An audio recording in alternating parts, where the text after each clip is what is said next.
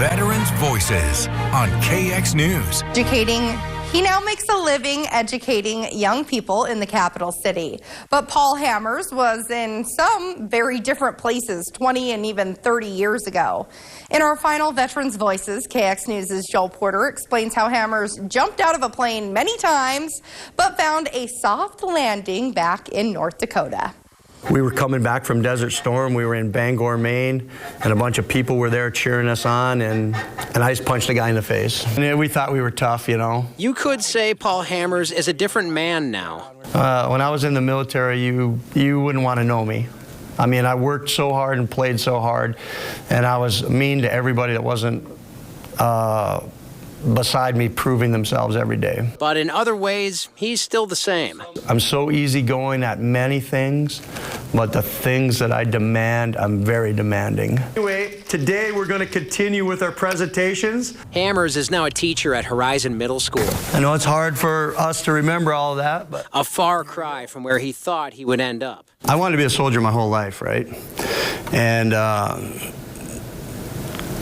as I got to be closer to graduating, I was kind of caught up in that whole 80s make money thing. Hammers knew he would never get rich as a soldier, but he couldn't ignore his dream of becoming a Green Beret. Before long, he was sent to the Middle East in Desert Storm. But the rest of the people in my unit used to call me Grandpa because I drove so slow all the time, and they thought I was driving slow.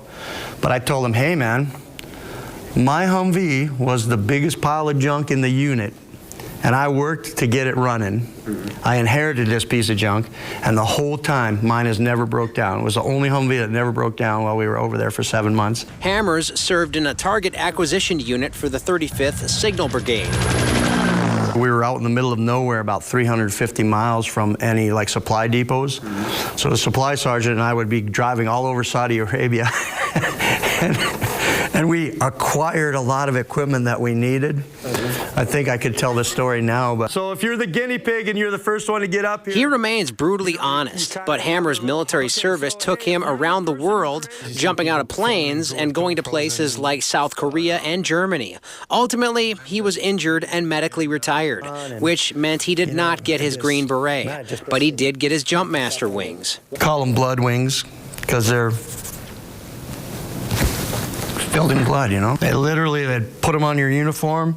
They kind of punch them into your pocket like this, and then everybody just come up and slam them, boof. And I ended up with 2 broken ribs, getting my Jumpmaster wings, and I begged for more. I said, you guys aren't tough enough for me. In 2001, Hammers was using his medical training, working a job in radiology.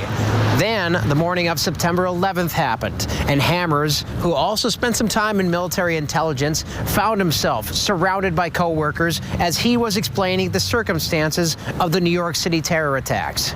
And so I gave this history lesson, and I was like, you know, maybe this is what I need to be doing. So this longtime paratrooper who was raised in Dickinson now makes a living teaching North Dakota history. 3 different bands of the Sioux Nation. You gotta love everybody and hate everybody equally.